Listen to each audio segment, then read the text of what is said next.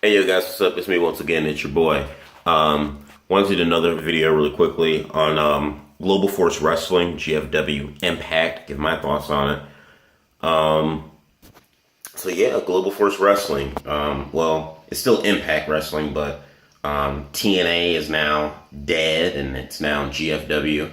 Um, we can say a lot of things about Jeff Jarrett, but if there's one thing that man knows how to do, um, he knows how to stay, I guess you could say, relevant, and he knows how to, whether it's successful or whether it's mediocre, the man knows how to keep a business afloat. um, a couple months ago, back in, I think it was June, Jeff Jarrett had sold the rights of Global Force Wrestling, the company that he tried to kickstart when he left TNA 6 or 7 years ago, but didn't end up going anywhere. He ended up selling the rights to that to Anthem Sports, and now, and since then, Anthem has rebranded TNA as Global Force Wrestling, GFW, completely, legitimately now, unlike what they said earlier this year, legitimately now removing themselves from the TNA name brand. The show is still called Impact, but the overhead of what's featuring Impact is now Global Force instead of TNA. I think this is it really, when you look at the TNA brand and everything else, they had no other choice but to go this route. The name TNA just had such a bad reputation to its name that it needed to be changed. When you think TNA, you automatically think of negative thoughts when it comes to that company. That company's had more bad, which is a shame because TNA had some good moments, they had some good years, and they had a couple of bright spots here and there. But overall, just the business of that company, just and the reputation of it, the negatives outweighed the good when it came to TNA. So they needed to remove themselves from those initials as far as they can. On the other end, you have GFW, which one can argue and say that that's a name brand that never really kicked off or went anywhere. However, the bright side to that though is that it did not have the reputation or the just the stink amongst wrestling fans eyes like the TNA brand has. Even though GFW couldn't really kick off to anything when Jeff Jarrett started it back in 2013. I think it was 2013. It at least has a chance to get somewhere. But all in all, I think that was the right business choice that they needed to make. I personally want to talk about GFW over the last the last 2 weeks episodes. They've been making some good choices, I think. I gotta say, Jim Cornette being back. Jim Cornette himself said on his own podcast that he's not part of booking. He's not a part of creative. He's just like an on-air screen character, and then even then, his role is kind of somewhat limited. That if Anthem or if any of the wrestlers, talent, if they want advice from him, he'll freely give it. But until then, he really has no input in Global Force Wrestling or its creative direction or anything like that. However, I do think having Jim Cornette there is a good thing to a degree. I like Jim Cornette. Jim Cornette's a guy that speaks his mind. We all know that. He rants and raves, and it's pretty funny, especially rants and raves on different wrestlers, Vince Russo, or the WWE product, or wrestling in general.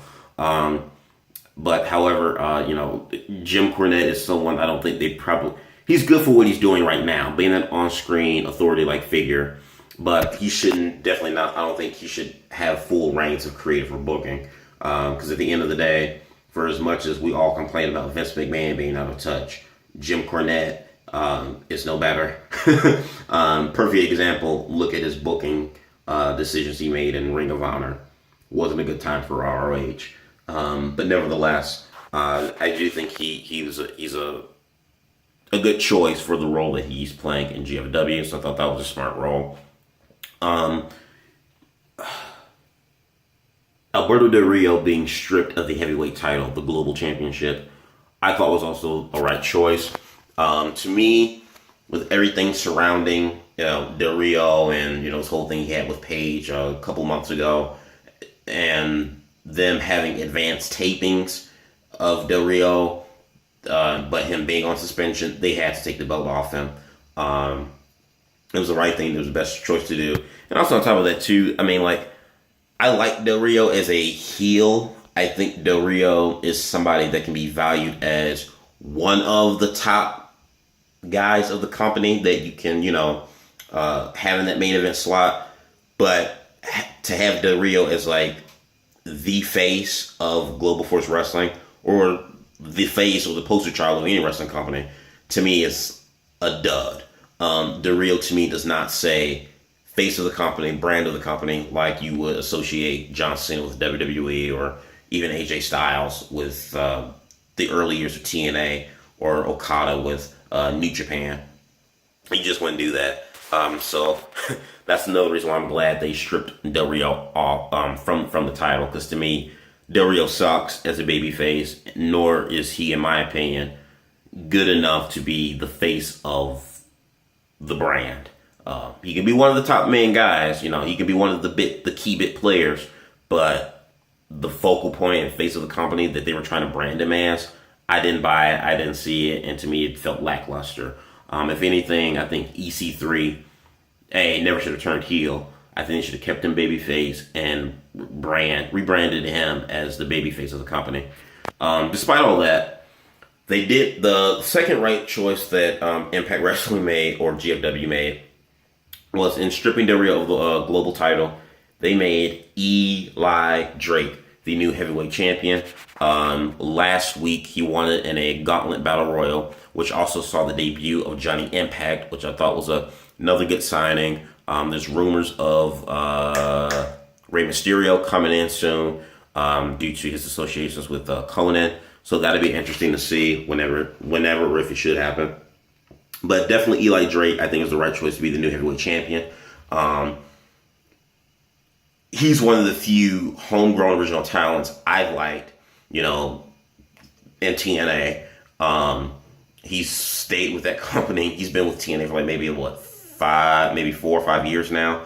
And so he's been with them through it all, and in this new transition into a new brand, so to speak. So I think they did the right choice. He's a good wrestler, probably not the best wrestler in the world, but he can have a good match. I think where Eli Drake shines is his personality and his mic work. I was always really impressed with that from him. I thought he was one of the more underrated people that TNA could have focused on, but they never really gave that much attention to. But now they're finally giving it to him. He's a good heel. He's a good promo talker. He's kind of old school a little bit, has good mic work. And I think he'll be a good heel champion that the company can focus around and build. So I hope he has a good run, a good successful run. Now that he is champion, the key now is to book him right. And so hopefully they do that. They do just that. Having Johnny Impact, and going back to the whole face thing, maybe having Johnny Impact as the new face of the company, that might be a cool thing. I would say. You've got Moose, you've got EC3 still there, James Storm's still there. Moose just signed a 3-year contract. The new LAX, which a lot of people are kind of iffy on, but to me, I think they're fine. Of course, they don't touch the original LAX, but the new guys are fine. Low key, once again, his history with, leaving and low key's a good talent, but my God, I mean, the guy just leaves and stays. I mean, revolving door with every wrestling company he's been in. My God, he was released from his contract due to creative differences. I heard that low key felt like he wanted to be in the main event scene. He didn't want to be confined to the X division, which I can understand and I can agree. Low key's won the X division title like 6 or 7 times throughout his history with the Impact Wrestling, TNA, Global Force, whatever, wrestling brand or company. But he left, and that's just kind of bad. Reason why I say this is because, at a time where, Global Force Wrestling, they're starting to get some decent guys. With the guys they already have on hold, they're starting to get some other noticeable talent like Johnny Mundo. You've got Alberto Del Rio. You've got Bobby Lashley. But even Bobby Lashley may be considered, he might be taking more time away from the wrestling company to focus more on his MMA career. So that's going to kind of hurt a bit, the brand a little bit. You have Eli Drake that they're trying to build now to the next big star. EC3, Moose, again, like I said, signed a 3-year contract. They have some, and there are a couple, Pete Williams came back. The point I'm making here is that Global Force Wrestling or Impact Wrestling, Anthem, the parent company, they need to lock these guys down. They need some talent, and they need to keep these guys on a contract. They can't do what they're doing with Low Key and have these guys on a 6-month or month-to-month contract and sign them on. And, something doesn't work out and these guys end up leaving and jumping ship because, for whatever reason, and all your shows are taped in advance. So if you put, wrestler A in a key storyline, a key feud, but then that person leaves because you signed them onto a 6-month deal and you pre-tape the stuff months in advance, that's going to hurt your show because now you have to refocus, re-edit, reshoot probably the entire thing, and that's not really good. So I think the key thing that Global Force needs to do, continue signing the guys that they're signing, but they need to lock these guys down on long-term deals, whether it's 2 years or 3 years like a Moose. They need to lock these guys down. Maybe it's a money issue where Anthem probably doesn't want to pay out of the ass to keep these guys that long, but they need to do something. And on top of signing people, I know TNA gets a flack for signing a lot of WWE talent or whatnot, but it doesn't have to be WWE talent, but they do need to sign some stars with some recognizable name to them, some recognition to their name.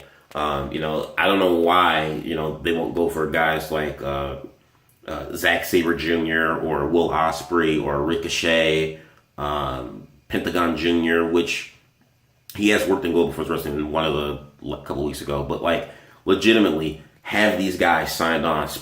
Unless these guys have legit contracts with New Japan and other federations and companies where it limits them from working in Global Force, or maybe if the contracts doesn't seem that all appealing, or maybe again, like I said, Anthem does not want to spend the money, I should say, to sign these guys because the paycheck might be a little bit up there for them.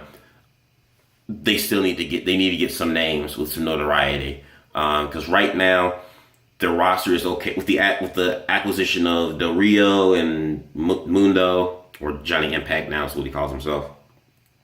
The roster is slowly being built up nicely. The undercard, the X division, the women's division, it's being built up nicely and slowly but surely. But still, the roster still needs to be beefed up. The roster, I still feel like it's lacking, it's weak because, and I kind of get it, in terms of, from a business standpoint, they probably figure, let's get a bunch of no names where we can get them at a cheaper cost rather than getting all these other well-known guys and, have to pay out the ass to keep them here when we can just get, what we pay for one wrestler, we can sign on 3, with what we're paying one wrestler and just build this guy up from the ground up. That's a fine business model. I totally understand that. I would get that if that's Anthem or Impact Wrestling's idea. However, like I said, you need those recognizable stars, those recognizable faces, and you can build your homegrown talent up around those recognizable faces. Because if you have a roster of just a bunch of nobodies, just a bunch of, no offense to the guys and girls, but, guys, people that have not established themselves yet, people that have not made names for themselves yet, people aren't going to bother, to watch the product and tune in to see these guys because they don't mean anything yet. So they do need to sign some recognizable stars and talent, and maybe not a whole roster of ex WWE guys or anything like that, but a few names that carry some buzz, that carry some weight. You know, like I said, if it's not an ex-WWE guy, sign in some of these other, you know, hot indie guys on the independent scene, a Will Ospreay, a Zack Sabre Jr., Ricochet, etc. Something like that, Joe Henry or whatever. Maybe not Joe Henry, I'm not his biggest fan, but you get what I mean. So, all in all, I think Global Force Wrestling, so far, they've been making some of the right strides and decisions so far. However, the show's kind of a hit or miss for me. There's some good things about the show, and there are some things that kind of scratch my head. I'm just like, what are you guys doing? They're making the right decisions so far, slowly but surely. This is a rebranding stage again.